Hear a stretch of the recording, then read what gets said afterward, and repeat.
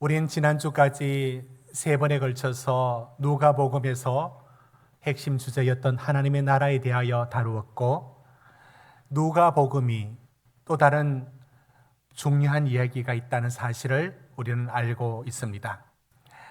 그건 어디가 중요한지는 그것을 비교를 해보면 드러납니다. 우리는 누가복음을 읽으면서 이제 곧 앞으로 읽어나가게 될 사도행전에 대한 같은 저자, 같은 관점의 이야기를 맥락을 출발을 했던 것입니다. 그러면 누가복음과 사도행전에서 무엇을 강조할까요? 이건 비교를 해보면 드러납니다. 복음서에서 드러나는 성령이라는 단어의 횟수를 한번 비교를 해볼까 합니다. 보여주십시오. 여러분, 마가복음에는 성령이라는 단어가 6번, 마태복음에는 12번, 누가복음에는 16번, 그리고 사도행전에는 57번이나 나옵니다. 그런데 누가복음은 성령을 16번 다른 복음서보다 많을 뿐만 아니라 성령을 주제로 다루는 부분들이 더 있고, 똑같은 이야기의 진행, 그러니까 복음서가 마태, 마가, 누가, 요한 이렇게 복음서를 묶어서 둔 것이지 원래는 누가, 사도행전이 한 권의 책인 겁니다. 우리가 책을 묶자면 그렇습니다. 물론 편지에 먼저 보낸 누가가 있고 그 다음에 사도행전의 내용이 있는 것처럼 이렇게 누가는 무엇을 더 강조하느냐면 성령을 더 강조하고, 누가가 성령을 강조한단 말은 하나님은 누가를 통해서 이 성령의 어떠한 새로운 시대의 무엇임을 드러내는 이 성령에 대한 강조가 드러나 있습니다.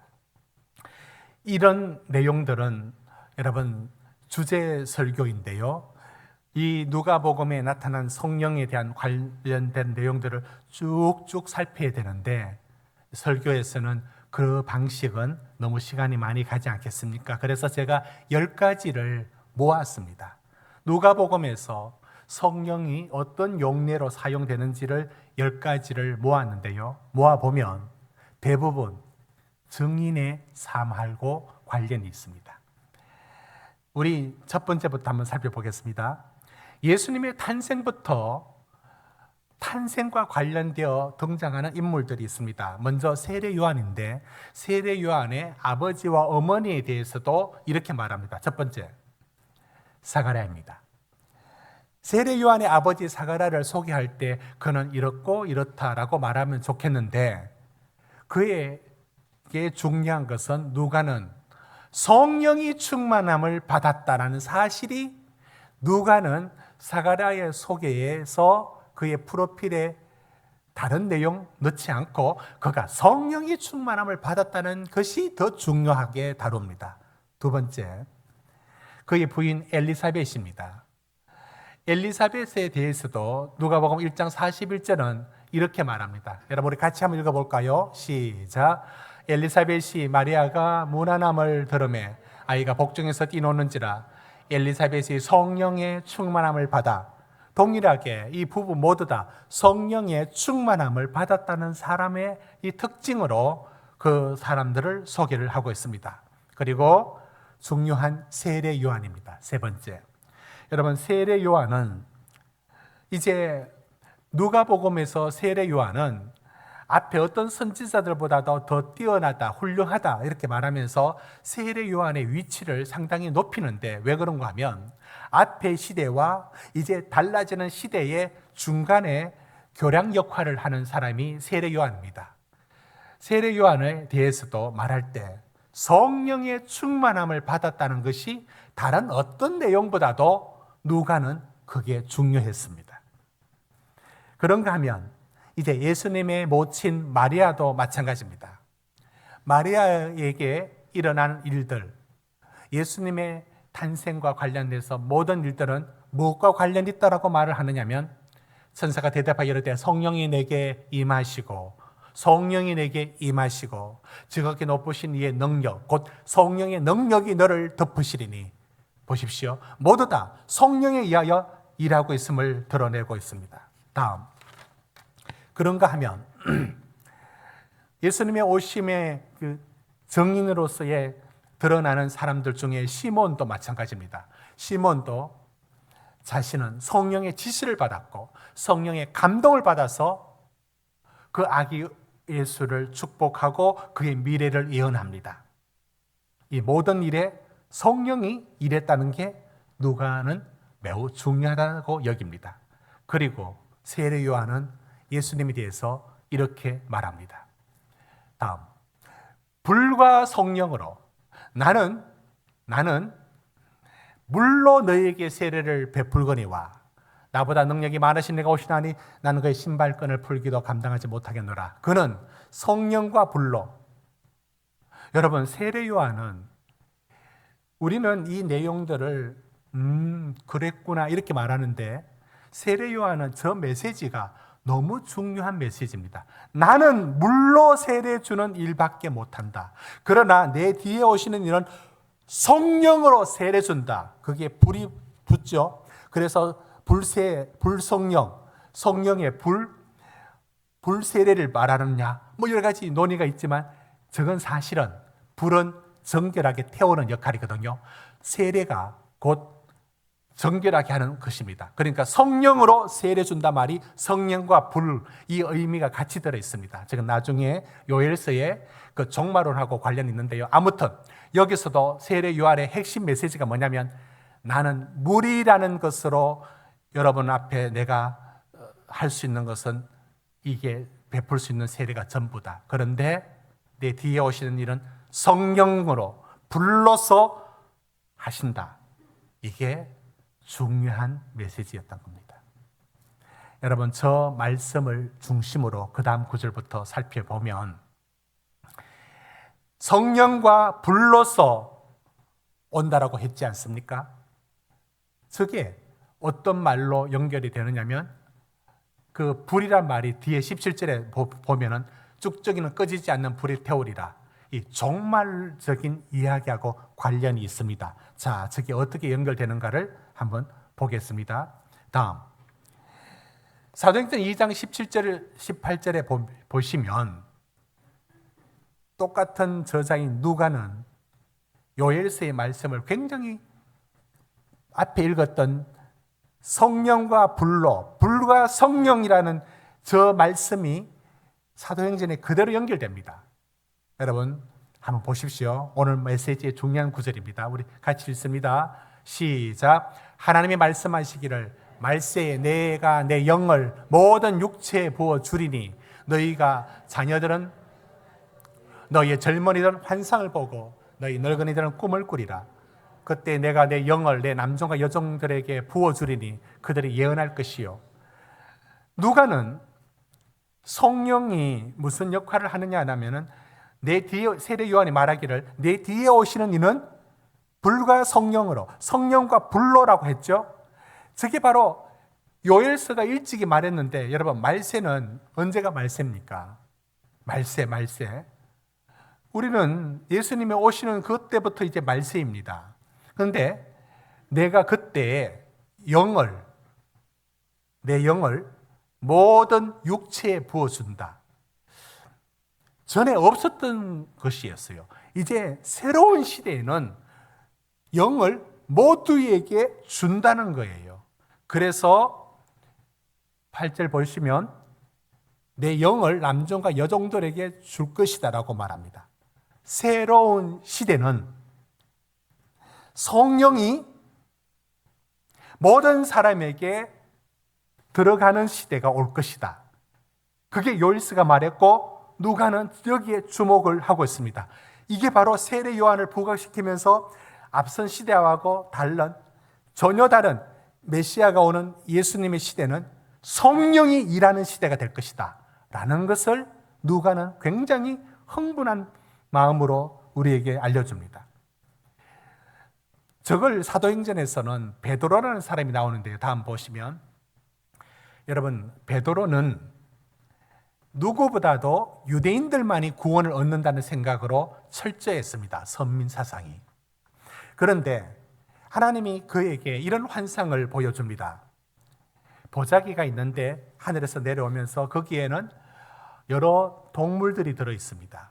그 동물들은 사실 잡아먹을 수 없는 부정한 동물들이 들어 있습니다. 레위기에서 말했던 말씀, 그 동물들 말입니다. 그러니까 잡아먹으라 하니까 베드로가 하는 말이 환상 중에 저는 부정한 것은 먹지 못합니다. 그러면서 또 내려오고 또 내려오고를 반복합니다. 그게 무슨 뜻이냐면 나는 부정합니다. 그래서 나는 못 먹습니다라는 게 누구냐면 이방인이에요. 나는 이방인을 받아들일 수는 없습니다. 하나님의 구원이 어떻게 이방인에게 미칠 수 있습니까? 그런 일은 불가능합니다. 라고 생각했던 사람이 베드로입니다. 그런데 베드로가 이방인들에게도 성령 부어주심을 보고 놀라는 겁니다.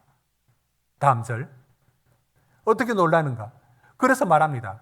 아니, 하나님이 이방인들에게 성령을 주시는데 내가 세례 주는 걸 어떻게 금할 수 있겠느냐? 라면서 성령이 이방인에게 들어가는 것을 보면서 구원이 이방인에게로 가고 있다는 것을 봅니다. 이게 누가복음하고 사도행전이 어떻게 연결되는가가 이제 우리에게 드러나는 겁니다. 그리고 여러분, 우리가 이제 사도행전 1장 우리가 8절에서 오직 성령이 너희에게 임하시면 너희가 권능을 받고 예루살렘과 온 유대와 사마리아와 딴 것까지 내 증인이 되리라. 저 구절이 왜 사도행전의 핵심 구절이 되는지, 왜 누가가 어디에 초점을 맞추고 있는지, 이제는 그 앞에 무슨 질문을 했느냐면 이스라엘을 회복하는 힘이 언제입니까? 새 시대가 언제 옵니까? 라고 말하자 사도행전 1장 8절에 오직 성령이 너에게 임하시면, 여러분 이게 무슨 말인지 아십니까? 새로운 시대에는 이제 성령이 일한다. 성령이 너희를 증인으로 사용해서 일하게 된다. 완전히 다른 시대의 새로움이 성령으로 시작하고 있음을 강조하고 있는 겁니다. 다음, 예수님이 세례를 받으실 때도 이렇게 했습니다. 세례 받을 때도 성령이 그들에게 임하시기를, 다음 구절 누가복음 3장 21절 22절. 예수님이 세례를 받을 때 성령이 비둘기 같은 형체로 강림했다라고 말합니다. 물론 예수님이 세례 받고부터 메시아가 된 건 아니에요. 날 때부터 메시아로 오셨죠. 그러나 성령이 그 일을 시작할 때는 성령이 그 일을 공언하게 됩니다. 선포하게 됩니다. 여러분, 자 이제 우리는 누가복음에 나와 있는 성령이 어떤 용례로 사용되고 있다는 것을 우리가 쭉 살폈습니다. 하나만 더 살펴봅니다. 4장에만 해도 마찬가지입니다. 4장 1절. 여러분, 4장 1절. 예수님이 시험 받을 때도 사탄에 이끌려서 시험 받은 게 아니라고 말합니다. 성령에 이끌려 시험을 받으러 가셨다라고 말합니다. 4장 14절. 갈릴리에 오셔서 일할 때도 성령의 능력으로 일했다라고 말하고 있습니다. 우린 세 번째, 4장 18절에도 예수님은 당신의 사역의 시작을 주의 성령이 내게 임했다라는 이사야서의 말씀으로 시작을 했습니다. 누가는 이제 우리에게 말해주고 있습니다. 정리합니다. 여기까지 여러분들은 좀 따분하지만 들어야 이 누가복음이 정리가 됩니다. 누가가 말하는 성령은 무엇인가? 하나님의 모든 일들이 성령으로 일을 시작하신다는 겁니다. 누가는 말합니다. 예수님이 이 땅에 오신 일들이, 증인들이 모두 성령으로 그 증인으로 사용되고 있다는 것을. 누가는 말합니다. 예수님도 성령으로 잉태되고 세례 받으실 때도 사역을 시작할 때도 모두 다 성령으로 관여했습니다. 누가는 말합니다. 예수님은 성령의 인도를 받아서 일을 합니다. 누가는 말합니다. 성령은 새로운 시대가 온 표징으로 말합니다. 예수는 불과 성령으로 세례를 준다라고 말씀을 했고, 이 말씀이 그대로 사도행전으로 연결되어서 이방인들에게도 생명 얻을 성령을 주셨다. 그러니까 성령이 들어가는 걸 통해서 저들에게도 구원이 이르렀다라고 해서 성령의 얘기가 구원론하고 별개가 아니에요. 성령이 그들에게 들어가는 걸 보고 구원이 너에게 임했다라는 것으로 말합니다. 성령을 말하고 있습니다. 그리고 말합니다. 이제 언제 주님이 오십니까? 라고 말할 때 누가는 말합니다. 왜 주님의 재림이 오지 않을까? 라고 생각할 때, 그 시대가 있을 때 주님이 언제 옵니까? 주님 오시기 전에 성령이 와서 성령의 시대에 성령이 모든 사람에게 부어져서 구원에 이르리라. 새로운 시대에는 성령이 일을 한다라고 말씀합니다. 여러분, 여기까지 말씀을 들었습니다. 저는 우리 성도들이 성령에 대해서 어떤 오해를 갖고 있느냐면, 성령이 한편의 영화를 봤을 때 감동 또는 우리가 은혜라는 말을 쓰는데 그것도 사실 감정의 정서적인 어떤 표현이죠. 은혜, 이런 것들로 성령이 어떤 우리 정서적인 어떤 부분들의 작용, 약간 심리적, 이런 것으로 성령을 오해하거나 생각하는 분들이 있습니다. 그렇지 않고 누가는 말해줍니다. 새로운 시대에 성령이 왔다는 거예요. 여러분, 누가복음 20장 17절 18절 말씀을 보시면 건축자들의 버린 돌이 모퉁이의 머릿돌이 되었다라는 말씀이 있습니다. 모퉁이의 머릿돌을 영어로 코너스톤이라 합니다. 그러니까 이쪽과 이쪽이 최소한 2지점 이상 만나는 그곳, 그 코너, 우리말로는 그게 기초석이에요. 그런데 왜 건축자들은 왜 버렸을까요? 저게 무슨 뜻일까요? 그래서 그 돌 위에 떨어지는 사람은 깨지고 돌에 떨어지면 가루가 된다는 게 무슨 뜻일까요? 저 말씀은 유대 종교 전문가, 종교 지도자들이 버린 돌이 누굽니까? 예수입니다. 건축자들이 돌을 버렸는데 그 돌이 모퉁이 돌이 되었다는 것은 유대 종교 지도자들이 정작 알아봐야 될 그들이 버린 돌은 예수입니다. 그 예수가 하나님이 구원의 모퉁이 돌, 가장 중요한 기초석의 모퉁이 돌이 되었다라고 말합니다. 그것 때문에 못 받아들인 사람들이 깨지고 가루가 되고 그걸 못 받아들였다는 얘기입니다. 저는 저 말씀이 저게 얼마나 무서운 말씀입니까? 그런데 오늘날에 저 말씀 한번 다시 띄워주십시오. 저 말씀이 오늘 우리에게 임했다고요. 말을 바꿔보겠습니다. 기록된 바 건축자들이 버린 돌이 모퉁이의 머릿돌이 되었느니라. 이 말은 오늘 신자들이 버린 돌이 모퉁이 돌이 되었느니라. 한 번 더 바꾸면 오늘 신자들이 버린 돌은 성령이에요. 성령을 찾지도 구하지도 함께 거하려고 하지도 않고 성령을 붙들려고 하지도 않고 성령을 쫓아 사는 삶이 무엇인지에 대한 사모함도 없는, 성령이 왔는데 건축자들의 버린 돌이 왜 버렸어요? 그 예수가 버려졌어요. 그런데 하나님은 그 돌이 가장 구원의 기초를 삼았는데 오늘 저 일이 우리가 저 말을 듣게 되었습니다. 신자는 하나님이 이 시대에 성령을 통해서 구원을 이루어가고 성령을 통해서 일하시고 있음에 대해서 말을 하는데 성령이 그저 심리적인 정서적인 것으로 환원되고 구하지도 찾지도 얻지도 하지 않습니다. 누가는 이 부분을 이렇게 우리에게 말해줍니다. 오늘 본문입니다. 구하라 그러면 내게 주실 것이요, 찾으라 그러면 찾을 것이요 라고 말했습니다. 그 후에 비교를 한번 보시겠습니다. 누가복음에 있는 13절의 말씀이 마태복음에는 이렇게 나와 있습니다. 두 가지를 비교를 한번 띄워주십시오.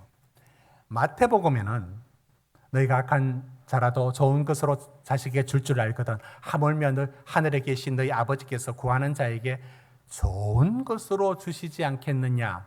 여러분, 저 말씀이 구하고 찾고 두드리라 그러면 얻을 것이다 라는 그 말씀에서 나왔습니다. 그런데 저 동일한 말씀을 누가는 이렇게 바꾸고 있습니다. 여러분, 누가복음 11장 13절 같이 읽습니다. 시작. 악할지라도 좋은 것을 자식에게 줄 알거든 하물며 너희 하늘 아버지께서 구하는 자에게. 여러분, 왜 누가는 마태가 좋은 것이라고 말했던 것을 성령으로 바꾸었을까요? 누가는 보고 있는 겁니다. 좋은 게 어디 있어? 좋은 거는 내가 하나님이 줄 수 있는 최고의 좋은 것은 성령인데 더 뭘 좋은 게 있어? 이게 누가가 지금 우리한테 말해주는 겁니다. 그 좋은 게, 당신이 생각하는 그 좋은 거, 그거 아니, 하나님이 정말 우리에게 주시는 최고의 좋은 것은 성령이다. 누가는 이 소식을 사도행전에 이어서 요엘서를 가져와서 말합니다. 이제 새로운 시대가 되었다는 거예요. 여러분, 왜 제자들이 예수님이 그렇게 말해도 못 알아들을까요? 왜 십자가를 이해하지 못할까요? 왜 부활을 믿지 못할까요? 왜 결국 예수님을 버리고 도망갑니까? 베드로는 예수님을 부인했습니까? 그 3년 예수님 가르쳤습니다. 3년이 부족하네요. 그럼 한 6년 가르치면 될까요? 6년 적어요? 의사 교육 받듯이 한 10년 하면 좀 좋아질까요? 안 됩니다. 예수님은 왜 공생에 3년밖에 안 했을까요? 제자들 3년 부족해요? 6년, 10년으로 학기를 늘릴까요? 안 됩니다. 예수님은 알고 있습니다. 지식으로 알 수 있는 건 여기까지. 이제는 성령이 와야만 네가 들었던 게 이제 생각이 나고 들었던 말씀이 깨달아지고 이제 성령이 와야 그게 무엇인지. 여러분, 기독교는 그리고 성경은 지식으로 알 수 있는 게 상당히 많이 있습니다. 그런데 진리의 마지막 부분을 못 뚫고 들어갑니다. 여기는 성령이 와야 거듭나고 성령이 와야 깨달음이 있고 성령이 와야 거룩한 삶이 가능합니다. 여러분, 시대에 정신이 있어요. 한 시대를 이끌어가는 정신이라는 게 있어 왔습니다. 세계사적인 정신까지 제가 다룰 만큼은 안 되지만 우리나라의 시대 정신은 크게 두 가지 부분에서는 여러분들도 공감하고 저도 알아채는 게 있습니다. 여러분, 70년대 우리 시대의 시대 정신은 잘 살아보습니다. 새마을 운동이 그랬고 아침마다 지나가는 차 속에 우리도 한번 잘 살아보자고. 그때 새마을 운동에서 동네마다 시멘트를 300포씩 나눠줬어요. 그래서 길 좁은 거 넓히고 기울어져 가던 담벼락 다시 새롭게 세우고 새마을 만들자. 그 한 시대의 정신이 우리도 좀 살아보자. 한번 잘 살아보자. 그 속에는 그 가난과 6.25 이후에 아무것도 먹을 것 없는 그 시대 속에 한이 서려 있는 겁니다. 그래서 잘 살아보자라는 것이 그 시대의 정신이었고 이건 교회에서도 특히 순복음 교회 조영기 목사님이 그 시대 정신을 너무 잘 읽었죠. 삼중복음. 내 영혼이 잘된 같이 내가 범사에 잘되고 강건하기를 원한다. 왜 그게 이런 말하면 좀 그렇지만 먹혔을까요? 그건 오늘날 기준으로 에이 기복이다 이렇게 말하면 안 돼요. 어떻게 하든 너무너무 없는데 먹고 살아야지. 이제 공부도 시켜야지. 라는 이 이야기가 예수 안에서 신실하게 하나님을 믿고 성실하게 살아가면서 하나님의 복을 구하라. 하나님은 그 복을 주신다. 이게 시대 정신하고 같이 맞물려서 그렇게 부흥성장했던 게 70년대의 모습입니다. 한 시대가 바뀌면 그 시대로 이끌어 나가는 엔진이 없었습니다. 지금은 그런 잘 살아보세라는 것으로는 이 시대 정신이 달라졌어요. 요즘은 시대 정신이 무엇인가 이렇게 보면은 공정이에요.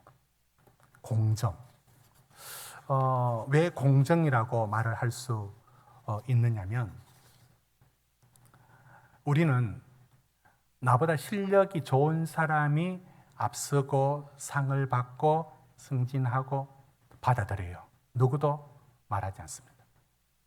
그런데 낙하산이라는 어떤 공정하지 않는 것에 대해서는 굉장히 분노합니다.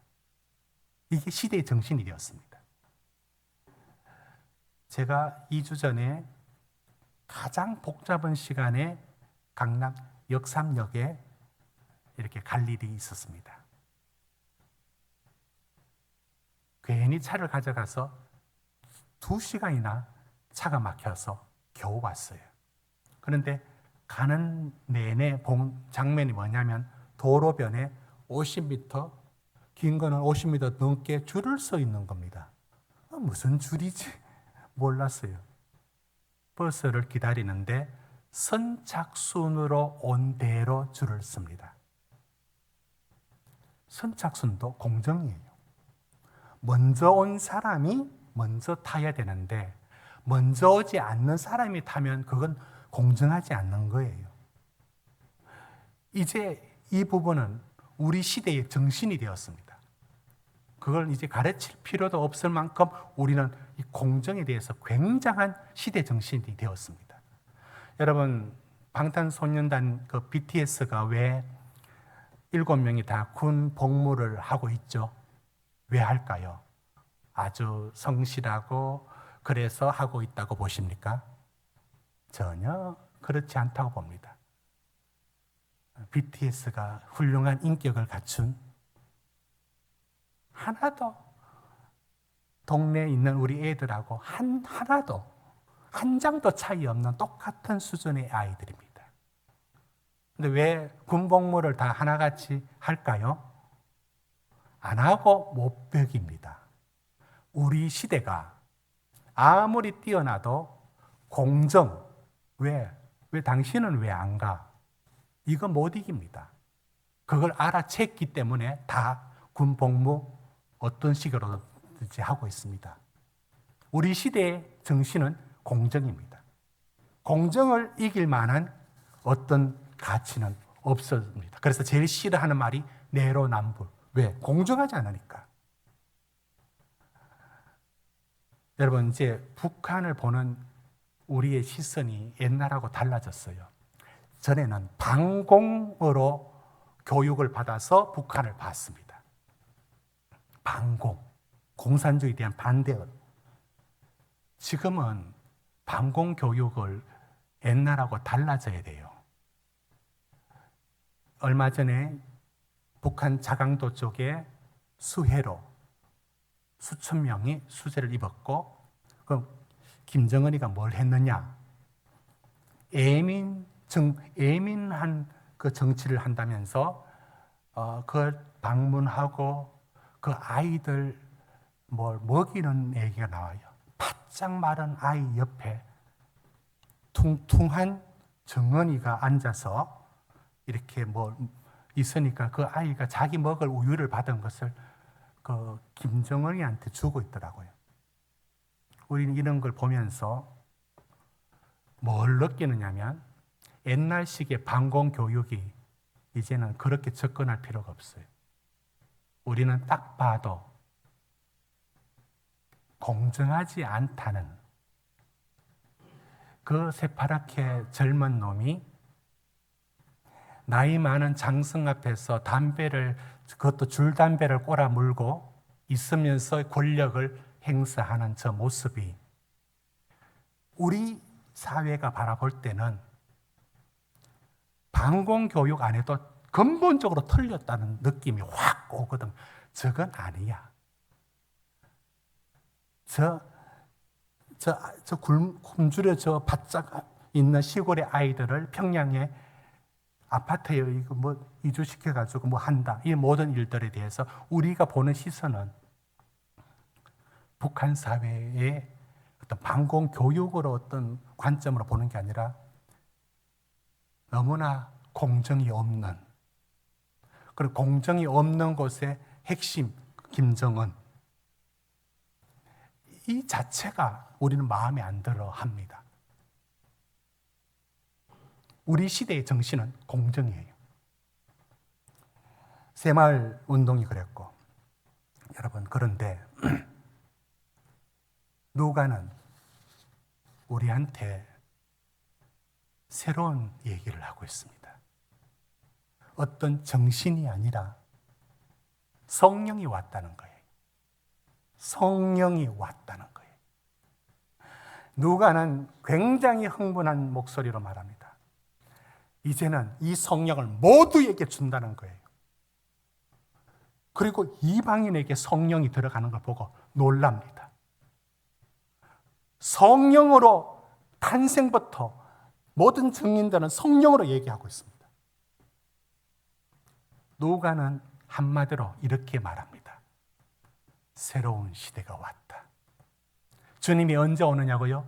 언제 재림이 오느냐라는 그 시대의 수많은 질문 앞에 누가는 답합니다. 재림 전에 성령이 와서 일하는 시대가 되었다. 이게 누가가 외치는 메시지입니다. 저는 오늘 이 시대에 우리 시대가 성령을 말하면서 성령을 무시하고 있습니다. 건축자들의 버린 돌이 모퉁이의 머릿돌이 되었는데 오늘 그 일이 우리 신자들에게 반복되고 있습니다.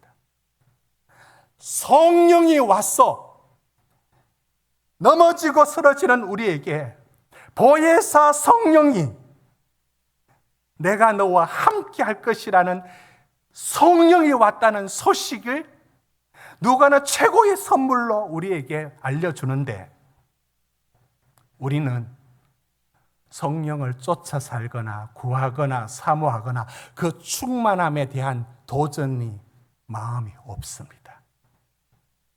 우리가 그 당시의 건축자들처럼 종교 지도자들처럼 오늘 우리 시대가 지금 와 있는 성령을 여러분은 어떻게 지금 받아들입니까? 이 시대, 말세에 내가 내 영을 모든 이에게 줄 것이라는 그 시대가 왔다라고 말하는 이 시대에 누가는 오늘 우리에게 말해줍니다. 저는 우리 성도님들의 기도 속에 마지막에 늘 회개 기도를 주일마다 대표 기도하시는 분들이 하고 있습니다. 제가 기억하기로는 한 번도 한 주의 삶에 대한 회개가 기도가 빠져 있는 분의 기도를 들어본 적이 없습니다. 저는 두 가지 마음입니다. 왜 저런 반복되는 회개의 기도를 해야 될까? 이라는 생각과 두 번째, 저럴 수밖에 없다. 또 넘어지고 그게 인간 아닌가? 이 두 가지 생각이 함께 있습니다. 여기서 성령은 뭘 합니까? 우리는 신자로 살아가는 우리로서는 여기까지밖에 늘 실패하고 넘어집니다. 성령이 얼마나 성령을 의지하고 성령을 쫓아 살고 성령의 충만함을 바라보며 성령의 인도를 받으며 이 모든 게 아직도 손에 안 잡히는 단어입니까? 지금 누가는 우리에게 말해줍니다. 너희가 악할지라도 좋은 것을 자식에게 줄 줄 알거든. 하물며 너희 하늘 아버지께서 구하는 자에게 성령을 주시지 않겠느냐 하면서 최고의 선물의 성령을 우리에게 일러줍니다. 사랑하는 성도 여러분, 그 시대의 건축자들 되지 마십시오. 이 시대에 하나님 누가를 통해서 선포하는 이 시대에 성령을 사모하고 성령을 의지하고 성령 충만한 삶의 모든 도전들의 길을 우리가 살아가야 합니다. 이것이 누가가 오늘 우리에게 말씀해 줍니다.